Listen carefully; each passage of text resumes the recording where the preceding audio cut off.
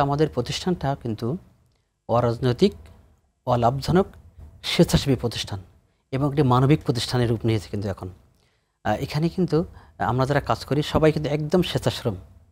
যারা সামাজিকভাবে কাজ করেন, সমাজ উন্নয়নে, এটা নিশ্চয়ই আপনি জানেন, আপনারা সবাই জানেন যে এনজিও যেটা, সেটা বিদেশি ফান্ড থাকে, দেশি ফান্ড থাকে, সরকারি পেটে, তো আপনারা জানেন। কিন্তু আমাদের এখানে কিন্তু বলেছে যে এটা একদম অরাজনৈতিক, অলাভজনক, স্বেচ্ছাসেবী প্রতিষ্ঠান। কিন্তু আমরা স্বাস্থ্যসেবার ক্ষেত্রে যেটা বলবো সেটা হলো, আমাদের তো বলেছেন যে আমাদের সাতক্ষীরা থেকে যে রোগী আসে আমাদের তারা নক্তায়, আমরা তাদেরকে সাধ্য মতো হেল্প করি আর্থিকভাবে, ভর্তির ক্ষেত্রে, সকল ক্ষেত্রে।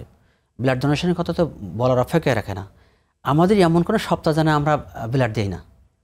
নক ব্লাড চাইলেই আমাদের কেউ না কেউ দিবেই, আমরা সেটা সংগ্রহ করে থাকি। এটা আসলে বিশাল ব্যাপার। এটা এই হেল্পটা হলো, মানে এই হেল্পটা আসলে আমরা গর্ব করতে পারি বিষয়টা। রক্তদান কার্যক্রম এটা আমাদের আছেই।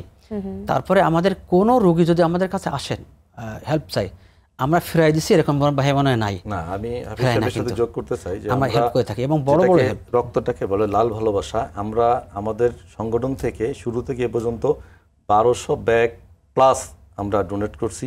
আমি 18 বার রক্ত দিছি আমার সংগঠনের পক্ষ থেকে, এবং আমার সেক্রেটারি এবং আমাদের প্রত্যেকটা ভলেন্টিয়ার, মানে যারা এখানে আমরা নিজেরাই দায়িত্ব নিয়ে কাজ করি, আমরা চিন্তা করি আগে 3 মাস হলেই আমরা যেন দিতে পারি, প্রিপারেশন থাকি। মানে আমাদের এলাকার মানুষের, আমাদের যে ভালোবাসা, যেখানে আমরা নক করছি সে যদি সামর্থ্য থাকে বা তার যদি মানে থাকে, এই ভালোবাসা দেখানোর জন্য দৌড়ে আসছে আমাদের কাছে।